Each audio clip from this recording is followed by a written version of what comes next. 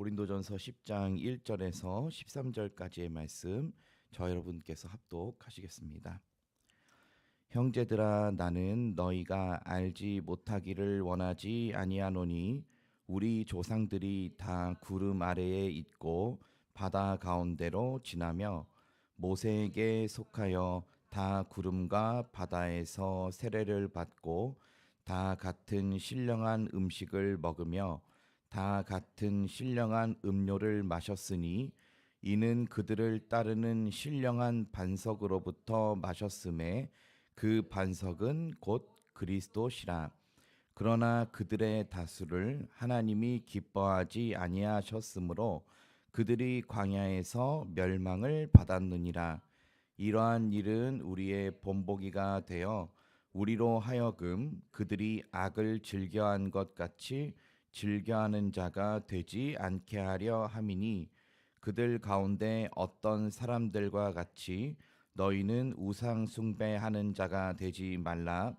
기록된 바 백성이 앉아서 먹고 마시며 일어나서 뛰논다 함과 같으니라. 그들 중에 어떤 사람들이 음행하다가 하루에 2만 3천 명이 죽었나니 우리는 그들과 같이 음행하지 말자. 그들 가운데 어떤 사람들이 주를 시험하다가 뱀에게 멸망하였나니 우리는 그들과 같이 시험하지 말자. 그들 가운데 어떤 사람들이 원망하다가 멸망시키는 자에게 멸망하였나니 너희는 그들과 같이 원망하지 말라. 그들에게 일어난 이런 일은 본보기가 되고 또한 말세를 만난 우리를 깨우치기 위하여 기록되었느니라. 그런즉 선줄로 생각하는 자는 넘어질까 조심하라. 사람이 감당할 시험 밖에는 너희가 당한 것이 없나니 오직 하나님은 미쁘사 너희가 감당하지 못할 시험 당함을 허락하지 아니하시고 시험 당할 즈음에 또한 피할 길을 내사 너희로 능히 감당하게 하시느니라. 아멘.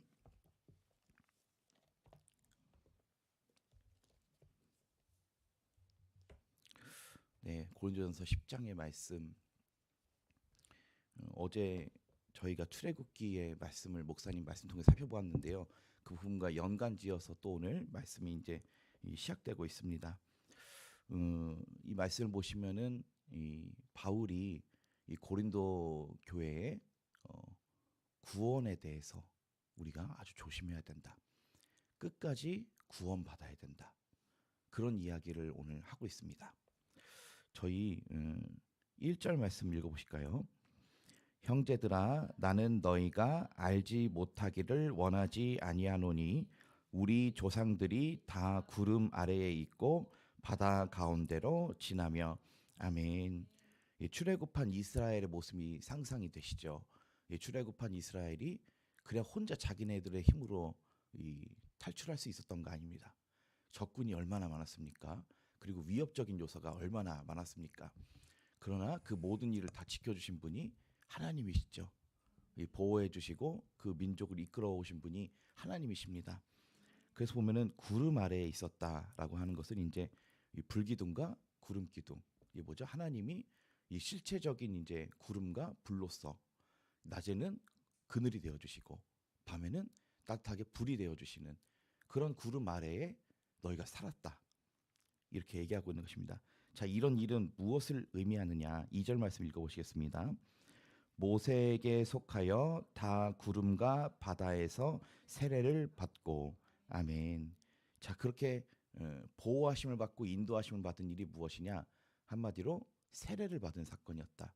너희가 구름 아래에서 보호하심을 받았고, 그리고 이제 홍해를 지나는 그 물이 갈라져 벽이 되는 그런 길을 지내는 이런 일들이 다 무슨 일을 상징하냐? 영적으로 하나님께 세례를 받은 사건을 상징한다. 자, 그래서 우리도 이제 그 물세례를 받지 않습니까? 물세례를 받는 것처럼 이 신약에 이제 요한이 와가지고 물세례를 이렇게 베풀었던 것처럼 이제 우리의 영과 몸을 이제 정결하게 하는 의식으로 이제 물세례를 받는 일이 먼저 있었습니다.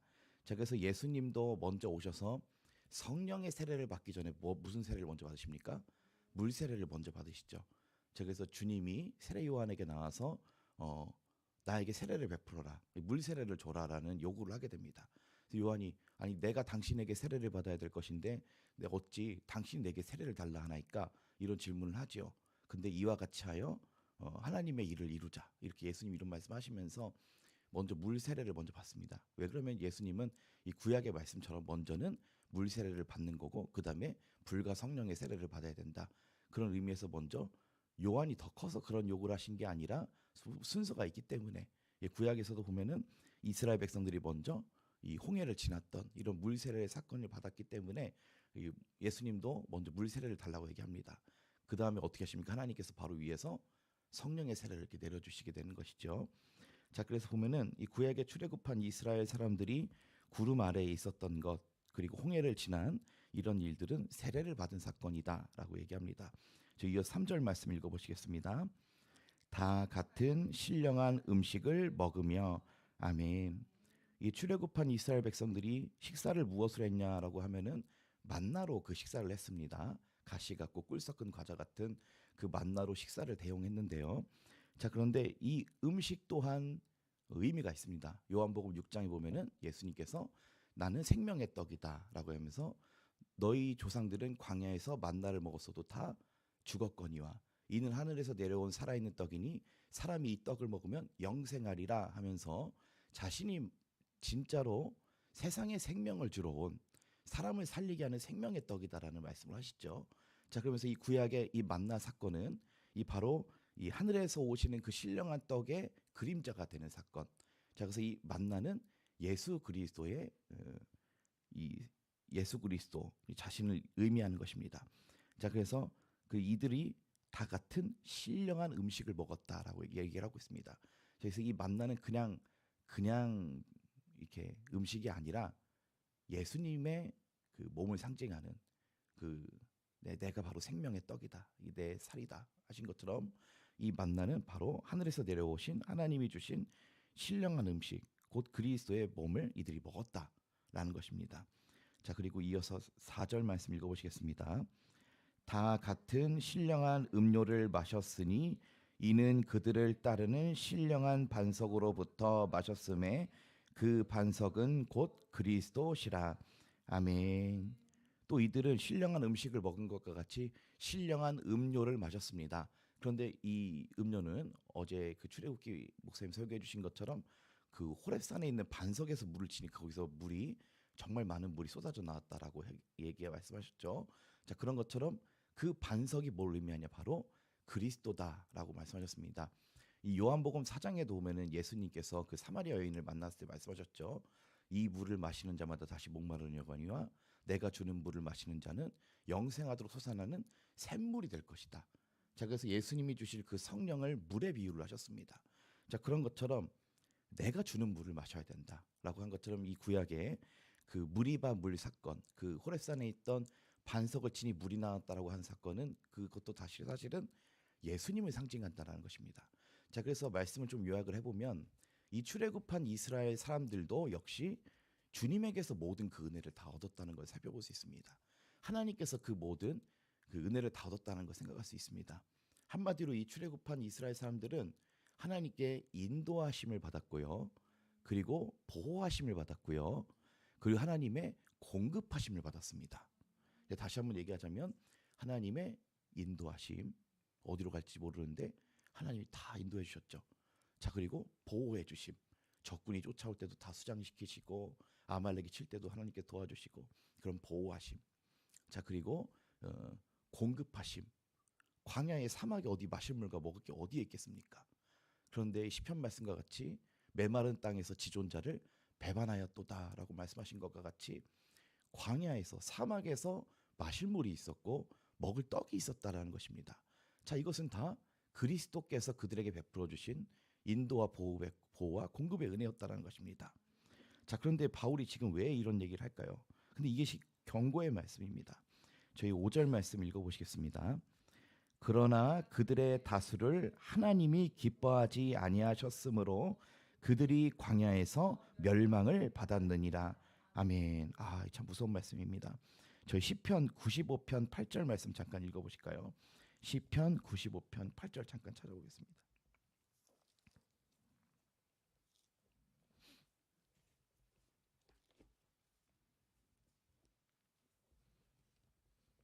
네, 시편 95편 8절에서 11절까지 말씀 함께 읽어보시겠습니다. 너희는 무리바에서와 같이 또 광야의 마사에서 지냈던 날과 같이 너희 마음을 완악하게 하지 말지어다. 그때 너희 조상들이 내가 행한 일을 보고서도 나를 시험하고 조사하였도다. 내가 40년 동안 그 세대로 말미암아 근심하여 이르기를 그들은 마음이 미혹된 백성이라 내 길을 알지 못한다 하였노라.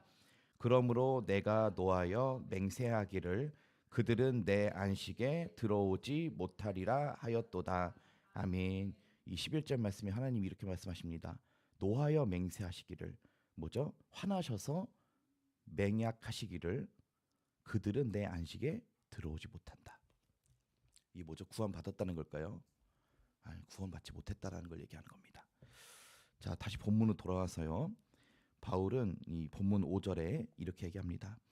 그러나 그들의 다수를 하나님이 기뻐하지 않으셨으므로 그들이 광야에서 멸망을 받았느니라. 광야 1세대를 보십시오. 출애굽 2세대를 보십시오. 40년 동안 광야를 돕니다. 자, 그 모든 40년 동안의 생활도 사실은 인도 보호 공급하심의 은혜였습니다. 그런 결과가 어떻냐? 구원을 못 받았다 이겁니다. 하나님께서 아무리 인도해 주시고 공급해 주시고 보호해 주셨어도 하나님이 그들을 기뻐하지 않으셨다 그럽니다. 왜 기뻐하지 않으셨냐? 왜 하나님이 그들을 내 안식에 들어오지 못하게 하셨냐? 히브리서 4장 3절과 같이 그들은 내 안식에 들어오지 못하리라라고 써 있는데요. 자, 바로 이러한 죄로, 이 네 가지 죄악으로 인해서 하나님의 구원에 이르지 못했다라고 이어서 얘기합니다. 저희 6절 말씀 읽어보시겠습니다. 이러한 일은 우리의 본보기가 되어 우리로 하여금 그들이 악을 즐겨한 것 같이 즐겨하는 자가 되지 않게 하려 함이니 아멘. 자, 이러한 일은 우리에게 본보기가 된다라고 얘기합니다. 그래서 그들이 악을 즐겨한 것 같이 우리도 악을 즐겨하면 안 된다. 자, 여러분, 우리가 하나님의 보호, 인도, 공급을 누리고 있습니까? 안 누리고 있습니까? 다 누리고 있죠. 자, 그러나 이런 하나님의 인도, 보호, 공급을 누린다고 해서 우리가 구원받은 자가 아니다라는 겁니다. 끝까지 우리 구원을 끝까지 이루어야 된다는 겁니다. 자, 그래서 이게 정말 무서운 말씀인데요. 자, 네 가지 죄악 7절 말씀 첫 번째로 읽어보겠습니다. 그들 가운데 어떤 사람들과 같이 너희는 우상 숭배하는 자가 되지 말라. 기록된 바 백성이 앉아서 먹고 마시며 일어나서 뛰논다 함과 같으니라. 아멘. 첫째로 우상 숭배하지 말아라. 그 금송아지 만든 사건이 있었죠. 예, 금송아지 만들어서 우상 숭배하는 사건이 있습니다. 이 금송아지가 우리를 출애굽한 그 신이다. 이렇게 하면서 헛된 금으로 갖다가 신을 만들었던 이들의 우상 숭배. 이 첫 번째 우상 숭배하지 말라. 자, 둘째로 8절 말씀 읽어보시겠습니다. 그들 중에 어떤 사람들이 음행하다가 하루에 2만 3천 명이 죽었나니 우리는 그들과 같이 음행하지 말자. 아멘. 이 둘째는 음행하지 말자라고 얘기하면서 민수기에 나온 바알부올의 사건, 그 이방 여인들과 이 음행의 죄를 저질러 가지고 이 하나님 앞에 이 비느하스가 창을 던져 가지고 그 사람을 이제 꽂으면서 그 연병이 그쳤죠. 자, 그런 것 같이 음행을 하지 말자. 이 두 번째입니다. 자, 셋째로 9절 말씀 읽어보시겠습니다. 그들 가운데 어떤 사람들이 주를 시험하다가 뱀에게 멸망하였나니 우리는 그들과 같이 시험하지 말자. 아멘. 이후에 이스라엘 백성들이 길을 가다가 길이 험함으로 말미암아 하나님께 원망을 하기 시작합니다. 아, 왜 이렇게 길이 어려워요? 하나님께 왜 이렇게 힘들어요? 막 이렇게 원망을 하니까 하나님이 그들에게 불뱀을 보내십니다. 뭡니까? 원망을 하니까 하나님이 그 원망에 맞는 상황과 여건을 또 보내주십니다. 불뱀을 보내주십니다. 그 불뱀이 어떡하죠? 사람을 뭅니다. 이 독뱀이란 것이죠. 이 무는데 하나님이 멸망하게 남겨두시지 않았습니다. 해결책을 주셨습니다. 장대에 높이 노뱀을 만들어서 그걸 바라봐라. 바라보기만 하면 산다. 날 믿기만 하면 산다. 내 말씀을 따르기만 하면 살 거다. 하나님 말씀해 주셨는데 근데 끝까지 안 보는 사람도 있었습니다. 그걸 내가 왜 봐? 그게 뭐죠? 이게 완고함입니다. 완고함. 죄는 완고함입니다. 고집을 꺾지 않는 것이 이 죄의 완고함, 죄입니다. 그래서 뭡니까? 그 사람들이 안 바라본 사람들은 어떻게 됐습니까? 죽었죠. 뱀에게 물려가지고 그 독을 해결하지 못해 죽었습니다. 그러나 이 노뱀을 바라본 자마다 살았습니다. 이 노뱀은 역시 누굴 상징하는 겁니까? 예수님을 상징하는 것이죠. 다 그러니까 이 모든 삶의 어려움과 그런 고난들이 있어도 다 결국에는 하나님께서 살 길을 남겨주셨다는 겁니다. 피할 길을 하나님께서 남겨주셨다는 겁니다. 이 셋째로 보면은 이 9절 말씀에 시험하지 말자. 하나님을 시험하지 말자. 하나님 믿자라는 것이죠. 저희 10절 말씀 네 번째로 읽어보겠습니다. 그들 가운데 어떤 사람들이 원망하다가 멸망시키는 자에게 멸망하였나니 너희는 그들과 같이 원망하지 말라. 아멘. 마지막으로 원망하지 말아라. 이 네 번째로 얘기하고 있습니다. 이거는 광야 전체에 있어서 계속해서 그들의 태도가 하나님을 원망하는 태도였다는 걸 얘기합니다. 결국 그들은 하나님이 맹세하신 것과 같이 노하여 맹세하신 것 같이 너희는 절대 내 안식에 못 들어온다. 6일 동안 세상을 창조하시고 일곱째 날 안식에 들어가셨던 그 하나님의 그 처소에 너희는 내 안식에 들어오지 못한다라는 하나님께서 약속하셨습니다. 자, 그래서 네 가지로 하지 말아야 될 것이 요약이 됩니다. 첫째로 우상 숭배하지 말자. 둘째로 음행하지 말자. 셋째로 시험하지 말자. 넷째로 원망하지 말자라고 얘기를 합니다. 자, 그래서 12절에 이렇게 말씀합니다. 함께 읽어보시겠습니다. 그런즉 선줄로 생각하는 자는 넘어질까 조심하라. 아멘. 자, 선줄로 생각하는 사람은 넘어질까 조심하라. 자, 이 말씀이 지금까지 읽었던 이 문맥에 의하면 이렇게 정리될 수가 있다고 생각합니다. 그것은 뭐냐면 내가 지금 하나님의 이런 많은 인도보호 공급을 다 받고서도 구원의 확증을 받았다는 것일까요? 아닙니다. 끝까지 넘어지지 않게 조심해야 된다는 겁니다. 내가 하나님께 다 그런 공급을 받고 보호를 받고 인도를 받고 있어도 그렇게 선줄로 생각하는 자는 넘어질까 조심하라. 죽을까봐 조심해라. 지옥에 들어갈까 조심하라. 끝까지 조심하다라는 것입니다.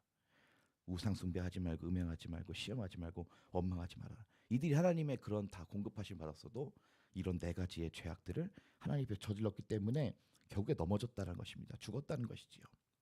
저 이어서 13절 말씀 읽어보시겠습니다. 사람이 감당할 시험 밖에는 너희가 당한 것이 없나니 오직 하나님은 미쁘사 너희가 당하지 못할 시험 당함을 허락하지 아니하시고 시험 당할 즈음에 또한 피할 길을 내사 너희로 능히 감당하게 하시느니라. 아멘. 이 말씀 보면 하나님께서 감당하지 못할 시험을 허락하시는 분이 아니시다 라고 얘기하고 있습니다. 아까 그 불뱀 사건, 노뱀 사건을 보아도 그렇지요. 노뱀만 바라보면 살 수 있는 그 하나님께서 다 길을 만드셨습니다. 그러니까 결국에 하나님의 백성은 죽지 않습니다. 아무 넘어질지언정 죽지 않습니다. 하나님께서 물론 우리가 이 삶을 보면은 고난을 만날 때가 있고 시험을 만날 때가 있습니다. 하나님이 나를 왜 이 광야길로 인도하셨나? 그렇게 생각할 때가 있습니다. 그래서 그게 원망과 불평과 시험으로 이어지면 안 됩니다. 뭐 해야 됩니까? 우리가 그래도 그럼 끝까지 한번 기다려보자. 죽게 하겠냐? 하나님께서 날 죽이시게 하겠냐? 저기 생각을 하면서 하나님이 감당할 시험 밖에는 허락한 것이 없다. 그리고 시험 당할 즈음에는 피할 길을 내주신다라고 말씀하고 있습니다. 자, 그래서 이 말씀을 한번 생각을 해보면 그렇습니다. 하나님께서 끝까지 우리를 지켜주시고 보호해 주신다는 것입니다. 그리고 하나님께서는 때로 이것을 확인하는 것 같습니다. 믿음이죠.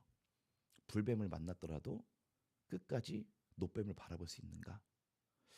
자, 그리고 물론 물이 없어 가라고 힘들지라도 하나님께서 결국엔 마실 물을 목말라 죽게 하실까요? 결국에 하나님께서 아니죠. 하나님께서 믿음을 보시는 것입니다.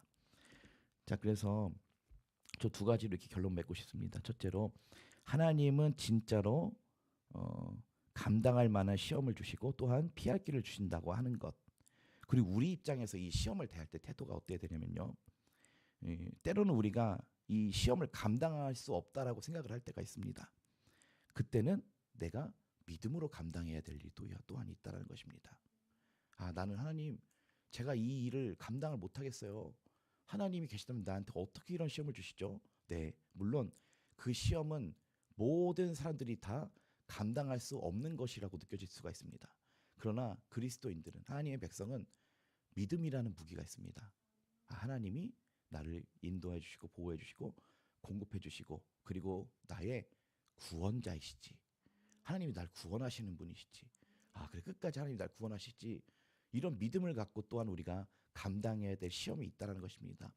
이 태도는 하나님이 없는 사람들과는 분명히 달라야 된다는 것입니다. 하나님은 분명히 오늘 성경에 감당하지 못할 시험을 허락하지 않으신다고 했습니다. 피할 길을 주신다라고 하셨습니다. 그러나 하나님은 말씀하셨지만 때로 우리 믿음이 연약해서 이것을 이해하지 못할 때가 있을 것입니다. 그러나 우리는 한 가지의 무기를 분명히 갖고 있다는 걸 기억해야 됩니다. 아, 그러나 내게는 믿음이 있다. 물론 이 일은 사람으로서는 감당할 수 없을 수도 있다. 그러나 하나님은 나에게 믿음을 주셨지. 아, 믿음으로 한번 감당해 봐야겠다. 광야에서 갈증을 만났을 때에도, 또 먹을 것이 없을 때에도, 또 때로는 길이 힘들어서 불뱀이 만났을 때에도, 아, 그래도 내가 바라봐야 할 녹뱀이 있는 것이고 호렙산에 반석이 있는 것이고, 그리고 하나님께서 날 여전히 지키고 계신 그 구름 기둥과 불 기둥, 그 내가 홍해 길, 이런 것들 다 하나님께서, 그리스도께서 여전히 우리 함께 하시고 우리를 보호하고 계시다라는 믿음이 우리에게 있어야 될 줄로 믿습니다. 오늘 하루 가운데 하나님의 인도와 보호와 공급하심을 누리는 은혜, 그리고 결국에는 우리가 선줄로 생각하는 자는 끝까지 넘어지지 않을까 조심해라. 끝까지 우리 구원을 이루어야 된다. 항상 말씀을 기억하시면서 끝까지 구원에 이르시는 저와 여러분 되시기를 소원합니다. 기도하시겠습니다.